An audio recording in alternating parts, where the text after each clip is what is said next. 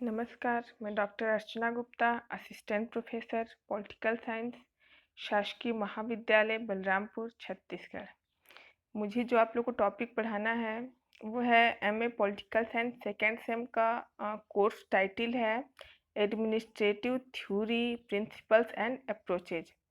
इसका unit 5 corruption in public administration. तो पहले हम आप लोग को बता दें कि भ्रष्टाचार है क्या। हमारा जो टॉपिक है वो है प्रशासन में भ्रष्टाचार, लोक प्रशासन में भ्रष्टाचार। तो भ्रष्टाचार है क्या? भ्रष्टाचार अर्थात भ्रष्ट प्लस आचार, यह दो शब्दों से मिलकर बना है, भ्रष्ट प्लस आचार। भ्रष्ट यानी बुरा या बिगड़ा हुआ, तथा आचार का मतलब है आचरण। अर्थात भ्रष्टाचार का शाब्दिक अर्थ है वह आचरण जो किसी भी प्रकार से अनैतिक और अनुचित हो।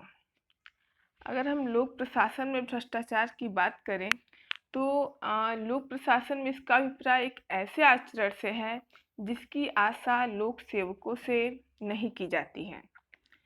लोक सेवकों से सदैव हम यही अपेक्षा करते हैं कि उनका जो आचरण है वह शुद्ध, पवित्र और सब प्रकार की कलंक कालिमा से मुक्त होगा। वे अपने कर्तव्यों का पालन ईमानदारी से करेंगे। और किंतु जब इस प्रकार के शुद्ध आचरण के विपरीत सरकारी कर्मचारी या जो प्रशासनिक अधिकारी हैं उनके द्वारा की जाने वाली सभी प्रकार की बेईमानी, गबन, घूसखोरी, रिश्वत, अनुचित एवं अवैध रीति से पैसा लेना तथा अपनी सरकारी स्थिति और प्रभाव का अपने स्वार्थ सिद्धि के लिए दुरुपयोग करना ही भ्रष्टाचार कहलाता है। विभिन्न विद्वानों ने भ्रष्टाचार की परिभाषा विभिन्न प्रकार से दी है। ऑक्सफोर्ड डिक्शनरी के अनुसार अंग्रेजी में भ्रष्टाचार के लिए जो प्रचलित शब्द है वह करप्शन है, और करप्शन का मूल अर्थ है शुद्ध आचरण में कमी।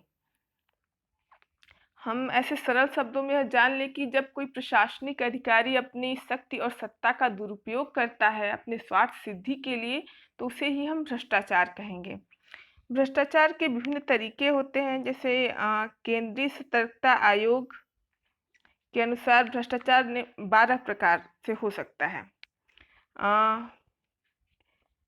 जैसे है निकृष्ट प्रकृति के समान कार्यों की स्वीकृति, सार्वजनिक धन एवं वस्तुओं का दुरुपयोग, ठेकेदारों कंपनियों से औपचारिक संपर्क के कारण पदधारकों द्वारा धन प्राप्त करना, ठेकेदारों एवं कंपनियों के हित में काम करना, आय के सामर्थ्य से अधिक संपत्ति रखना, पूर्व स्वीकृति के लिए बिना अचल संपत्ति इत्यादि रखना, लापरवाही या अन्य कारणों से सरकार को घाटा पहुंचाना, सरकारी पद एवं शक्ति का दुरुपयोग करना, उम्र, जन्मतिथि, जाति आदि का जाली प्रमाण पत्र प्रस्तुत करना, रेल एवं वायुयान में स्थान के आरक्षण में अनियमितता, नैतिक गिरावट और उपहार स्वीकार करना जो कि अनैतिक हो।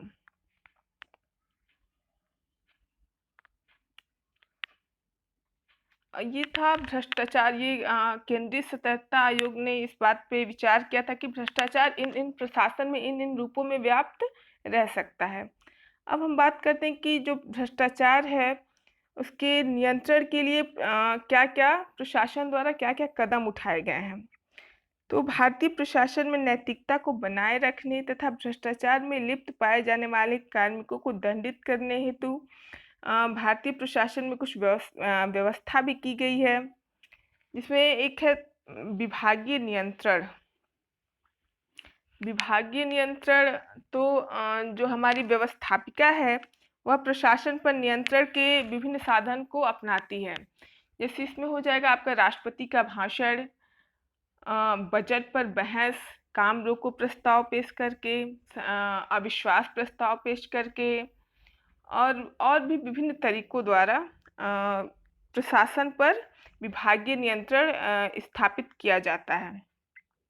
कानूनी प्रावधान, तो कानूनी प्रावधान में भ्रष्टाचार निरोधक अधिनियम पारित किया गया है, जिसके द्वारा प्रशासन में भ्रष्टाचार को रोकने के लिए विभिन्न कदम उठाए गए हैं। लेखा परीक्षण। लेखा परीक्षण सरकारी संगठनों तथा लोक उपक्रमों को संपूर्ण प्रशासनिक आय व्यय का लेखा जोखा संधारित करना होता है इसमें, और राजस्व प्राप्ति तथा व्यय किए जाने वाले धन का लेखा नियमानुसार निर्धारित करना होता है, जिसमें प्राधिकृत स्वीकृत निर्धारित बिल तथा रसीद इत्यादि सरकारी संपत्ति एवं सामान का हिसाब रखा जाना अनिवार्य होता है। यानी जितना भी राजस्व व्यय हुआ है और जो आय है उन सब का ब्यौरा इसमें रखना होता है।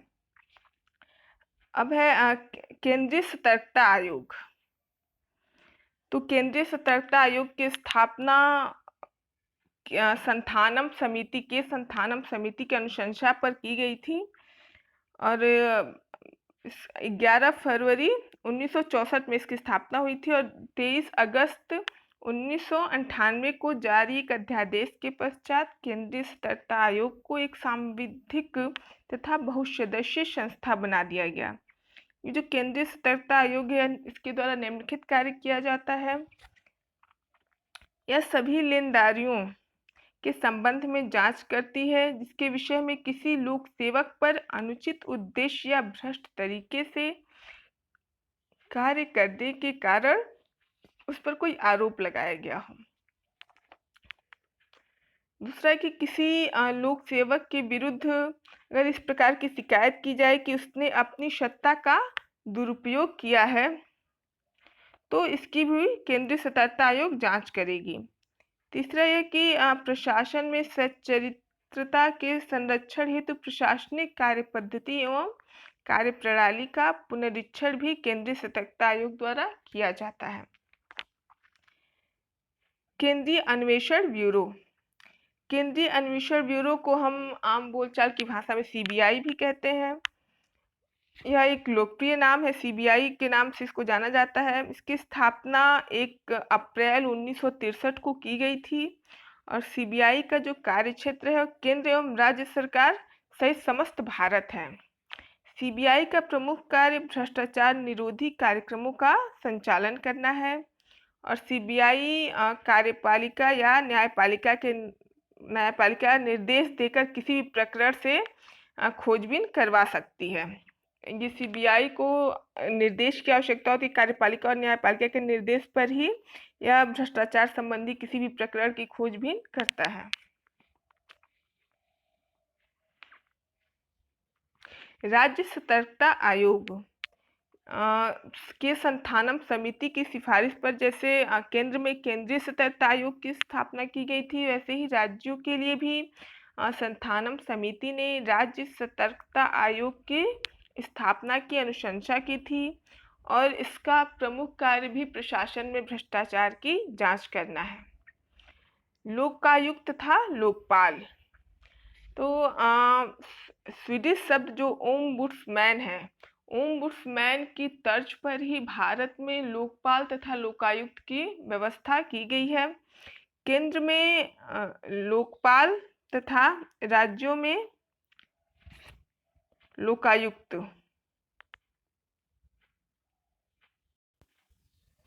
इनका प्रमुख कार्य केंद्र तथा राज्य प्रशासन में भ्रष्टाचार की जांच करना होता है। ई सरकार तथा ई प्रशासन। ई सरकार और ई प्रशासन का तात्पर्य है कि प्रशासन सरकार द्वारा सरकारी एजेंसियों की क्षमता और पारदर्शिता तथा जवाबदेहिता में सुधार लाने के लिए वहाँ सूचना प्रौद्योगिकी के इस्तेमाल को ही हम ई सरकार कहते हैं। सरकार और प्रशासन के कार्यों में पारदर्शिता लाने के लिए ताकि वहाँ भ्रष्टाचार को कम किया जा सके, उसके लिए आजकल ज़्यादातर सूचना प्रौद्योगिकी का प्रयोग किया जा रहा है, जिसे इस ई गवर्नमेंट या ई गवर्नेंस का नाम दिया गया है और इसका भी मुख्य उद्देश्य इन क्षेत्रों में भ्रष्टाचार में कमी लाना है। सूचना का अधिकार अधिनियम 2005। तो सूचना का अधिकार से क्या तात्पर्य है? सूचना के अधिकार से तात्पर्य है सूचना पाने का अधिकार। जो सूचना अधिकार कानून लागू करने वाला राष्ट्र अपने नागरिकों को प्रदान करता है।